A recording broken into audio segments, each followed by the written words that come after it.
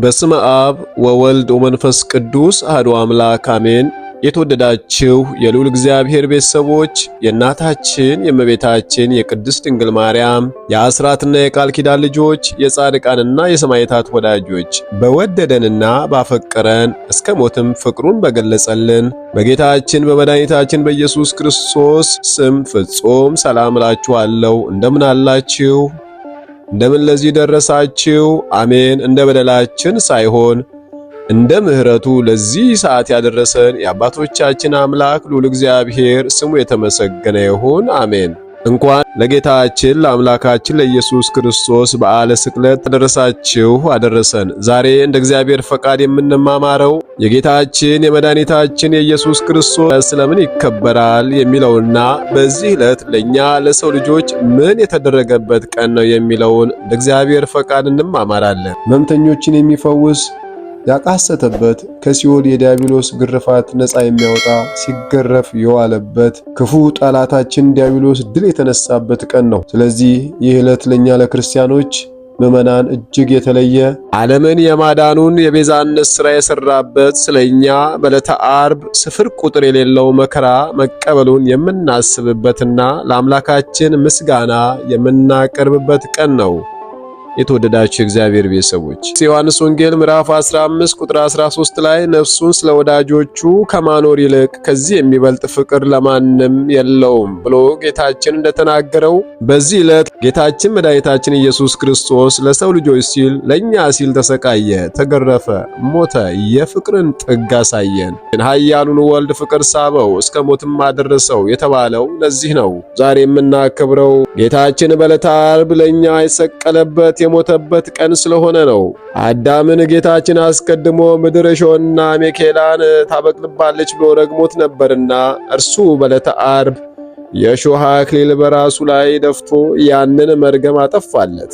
መላእክትን ጸጋና ክብር የሚያለብስ መድኃኔዓለም የእሾህ አክሊል በራሱ ላይ ደፋ። እሾኩም ከ1000 ቦታ በላይ አቁስሎታል፣ ይወጋው ነበር። ደሙም እንደ ውሃ በፊቱ ላይ ይፈስ ነበር። ይህ ሁሉ የተከፈለው ዋጋ ለኛ ነው።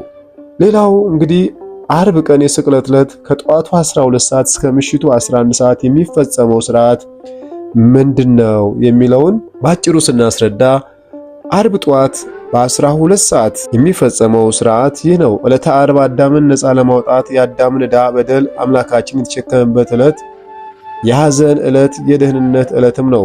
መሪው ዕዝል ይመራል፣ ሕዝቡ ይከተላል። 4ቱ ወንጌላት ይነበባሉ። በየመሃሉ ወጸቢሖ ተማከሩ ሊቀ ካህናት፣ ሲነጋም ሊቀ ካህናት ተማከሩ የሚለው ዜማ በመሪ በተመሪ በሕዝብ ተሰጥኦ ይከናወናል። ምንባቡም ስግደቱም ድጓውም እንዳለፈው ይቀጥላል። ምስባኩ የሐሰት ምስክሮች አመፀኞች ተነስተውብኛልና ለጠላቶቼ ፍቃድ አትስጠኝ መዝሙር 26 ቁጥር 12 ነው።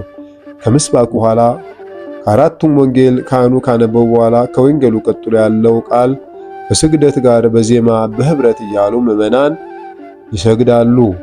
ከ12 ሰዓቱ ጸሎት ከተፈጸመ በኋላ የ3 ሰዓቱ ይቀጥላል። ዓርብ ጠዋት በ3 ሰዓት ስለ ስቅለቱ መስቀሉ፣ ወንጌሉ፣ መብራቱ፣ ጽኑ በመቅደሱ በር ላይ ይዘጋጃል። ዲያቆኑ በሚያሳዝን ዜማ መዝሙር 34 ቁጥር 1 ላይ ያለውን ግፎሙ እግዚኦ ለለ ይገፉኒ ጽቦሙ እግዚኦ ለለ ይጸቡኒ፣ አቤቱ የሚበድሉኝን በድላቸው የሚዋጉኝንም ተዋጋቸው እያለ ያዜማል። ካህናቱ ምዕመናንም በዜማ እየተቀበሉ ይሰግዳሉ። አገቱኒ ከለባት ብዙዋን ወአዙኒ ማኅበሮሙ ለኩያን መዝሙር 21 ቁጥር 16ንም ብዙ ውሾች ከበውኛልና የክፋተኞች ጉባኤ ያዘኝ፣ እጆቼና እግሮቼን ቸነከሩኝ የሚለውን ዲያቆን ያዜማል። ምዕመናን እየተቀባበሉ ይሰግዳሉ። ምስባክ ተሰብኮ 4 ወንጌል ይነበባል። በየመሃሉ የሰዓቱ ድጓ ይቃኛል። ዓርብ በ6 ሰዓት ዲያቆኑ ቀነውኒ እደዌ ወገሬ ወሆለቁ ኩሎ አጽምቴ እያለ ያዜማል። መዝሙር 21 ቁጥር 16 ላይ ይገኛል። የክፋተኞች ጉባኤ ያዘኝ እጆቼና እግሮቼንም ቸነከሩኝ ሲል ዲያቆኑ ያዜማል። 4ቱም ወንጌል ከተነበበ በኋላ ቀጥሎ ያለውን ቃል በመከተል ምዕመናን እና አገልጋዮች በጋራ ይሰግዳሉ። ሔዋን በእግሮቿ ወደ ዕፀ በለስ ሄዳለችና እግሮቹ በዕፀ መስቀል ላይ ተቸነከሩ። በእጆቿ ዕፀ በለስን በመቁረጧ እጆቹ በችንካር ተቸንክረዋል። አስተውሉ የእግዚአብሔር ቤተሰቦች፣ እርሱ ስለኛ ስለተቸነከረ በመስቀል ላይ ስለዋለ ለ5500 ዘመን በእኛ ላይ ሰልጥኖ የነበረ የሞት ችንካር ጠፍቶልናል። ጌታችን በሚሰቀልበት ጊዜ በምድርና በሰማይ ብዙ ድንቅ ታምራት ተደርገዋል። አዎ በሰማይ ስንመለከት 6 ሰዓት እስከ 9 ሰዓት ፀሐይ ጨለመ፣ ጨረቃም እንደመሰለች ከዋክብትም ረገፉ። ነቢዩ አሞጽ በዚህ መልኩ ገልጾታል። ትንቢተ አሞጽ ምዕራፍ 8 ቁጥር 9 ላይ ያን ቀን ጨለማ ይሎ እንደነበር ሲገልጽ በዚያን ቀን ፀሐይ በቀትር እንድትገባ አደርጋለሁ ይላል ጌታ እግዚአብሔር። በብርሃንም ቀን ምድሩን አጨልማለሁ ይላል። ትንቢተ አሞጽ ላይ እንደተገለጸው ያን ጊዜ በጌታ ስቅላት ቀን ጌታ በተሰቀለበት በዛ የመከራ ቀን ላይ ፀሐይ ጨለመ፣ ጨረቃም ደም መሰለች፣ ከዋክብትም ረገፉ። ባለሟሉ መልአክ ቅዱስ ገብርኤል ከመላእክት መካከል ጌታን ራቁቱን እንደሰቀሉት ባየ ጊዜ ሰይፉን ይዞ ወጣ። የክርስቶስ ቸርነት ከለከለችው እንጂ በሰይፉ የቤተ መቅደሱን መጋረጃ መታው፣ ቀደደው፣ ከላይ እስከ ታች ወደ 2 ሰነጠቀው። መላእክትም ይህንን አይተው ሲቆጡ የእግዚአብሔር ቸርነት ከለከላቸው። በ9 ሰዓት የሚፈጸመው ሥርዓት ሌላው እንደተለመደው ሆኖ ኦ ዘጥመ ሞተ በሥጋ 3 ጊዜ ካህናቱ በዜማ ይሉታል። ምዕመናንም ይቀባበላሉ። ምስባክ ተሰብኮ 4 ወንጌላት ይነበባሉ። ስግደት እንደተለመደው ነው። ከሕዝቡ ጋር በቅብብል በዜማ ይሰገደ ኦ ዘጥመ ሞተ በሥጋ የሚለው ዜማ ይዜማል።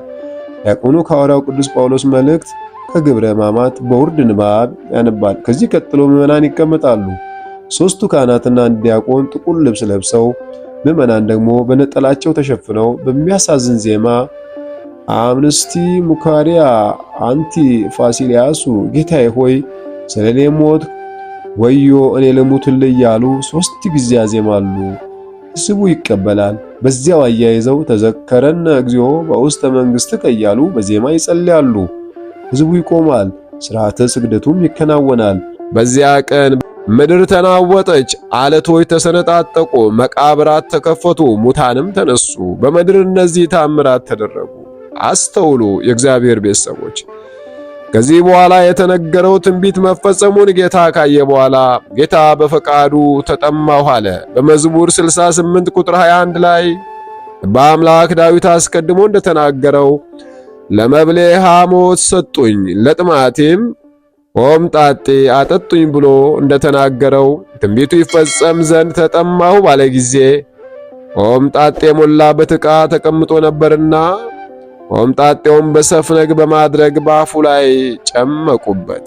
በፈቃዱ ተጠማው በማለቱ የነፍሳችንን ጥም አርቆልናል። የእግዚአብሔር ቤተሰብ መራራ ሞትን በመጠጣቱ ለ5500 ዘመን በሰው ልጅ ላይ ሰልጥኖ የነበረው ሞት ከኛ ተወግዶልናል። ጌታችን መጣጣውን ቀምሶ በመጽሐፍ የተጻፈው ሁሉ ደረሰ ተፈጸመ አለ። በጉሮሮ መጠማትና በአንደበቱ መድረቅ ከሥጋና ከነፍስ መጠማት እኛ ልጆቹን አዳነን። በቀትር ጊዜ ሐሞትና ከርቤ የተቀላቀለበት መጻጻን በመጠጣት የጣፈጠ የበለስን ፍሬ ስለበሉ ስለ አዳምና ሔዋን ይህንን ዋጋ ከፈለ። በቀትር ጊዜ ሐሞትና ከርቤ የተቀላቀለበት መጻጻን በመጠጣት የጣፈጠችውን የበለሷን ፍሬ ስለበሉ ስለ አዳምና ስለ ሔዋን ዕዳ ከፈለ። ለእኛም መሪር የሆነ የሞት ርግማንን አጠፋልን። ጌታችን በዕለተ ዓርብ በመስቀል ላይ 13ቱን ሕማማተ መስቀልን ለኛ ሲል ተቀብሏል። እነሱም ወደ ኋላ መታሰር፣ በገመድ መሳ፣ በምድር ላይ መውደቅ፣ በግራ አይሁድ መረገጥ፣ ከምሰሶ ጋር መላተም፣ በጥፊ መመታት፣ ጀርባን በጅራፍ መገረፍ፣ ራሱን በዱላ መመታት፣ የሾህ አክሊል መድፋት፣ መስቀል መሸከም፣ በችንካር መቸንከር፣ በመስቀል ላይ መሰቀል፣ መራራ ሐሞት መጠጣት፣ እነዚህ 13ቱ ሕማማተ መስቀል ጌታችን ለኛ ሲል ተቀብሏል። አስተውሉ የእግዚአብሔር ቤተሰቦች፣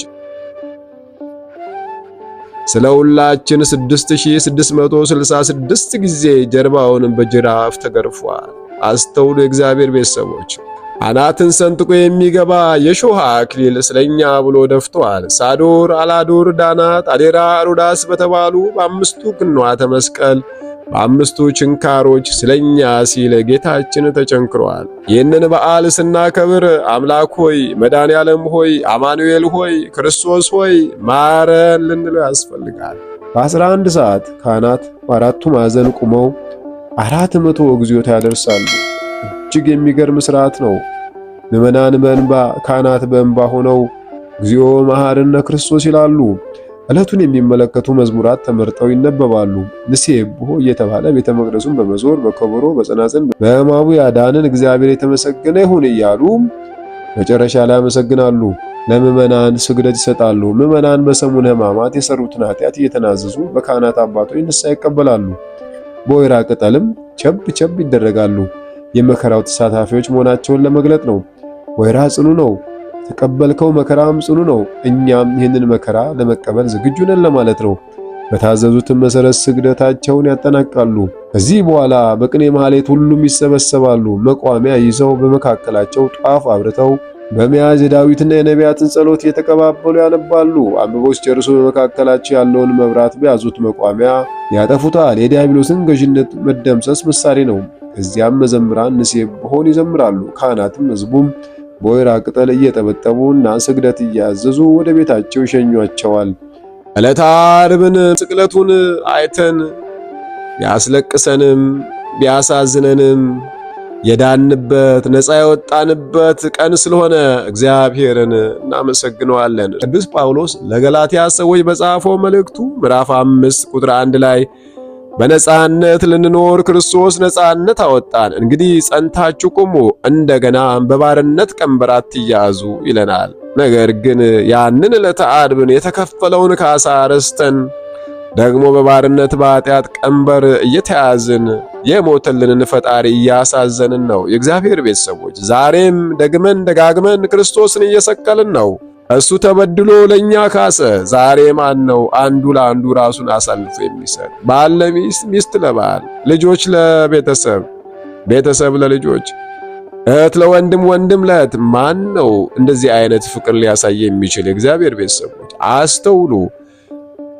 እርሱ ግን ስለኛ ነፍሱን አሳልፎ ሰጥቷል። ዛሬ ወንድሙ ሲቸግረው ሳይራራለት የእግዚአብሔር ፍቅር በእኔ ውስጥ አለ ብንል ሐሰት ነው። ወንድማችን ተቸግሮ እህታችን ተቸግራ ሳንራራላቸው የእግዚአብሔር ፍቅር በእኛ ውስጥ አለ ብንል ሐሰት ነው። ዛሬ ሞልቶልን ተትረፍርፎልን እያለ ለሌሎች የማንተርፍ ከሆነ የእግዚአብሔር ፍቅር ከኛ ጋር የለም። ምናልባት ዛሬ ገና ወደዚህ ቻናል የመጣችሁ ከዚህ በፊትም የለቀቅናቸውን ሆነ ወደፊት የምንለቃቸውን መንፈሳዊ አስተምሮች ወደ እናንተ ይመጡ ዘንድ ይህንን ቻናል ሰብስክራይብ አድርጉ።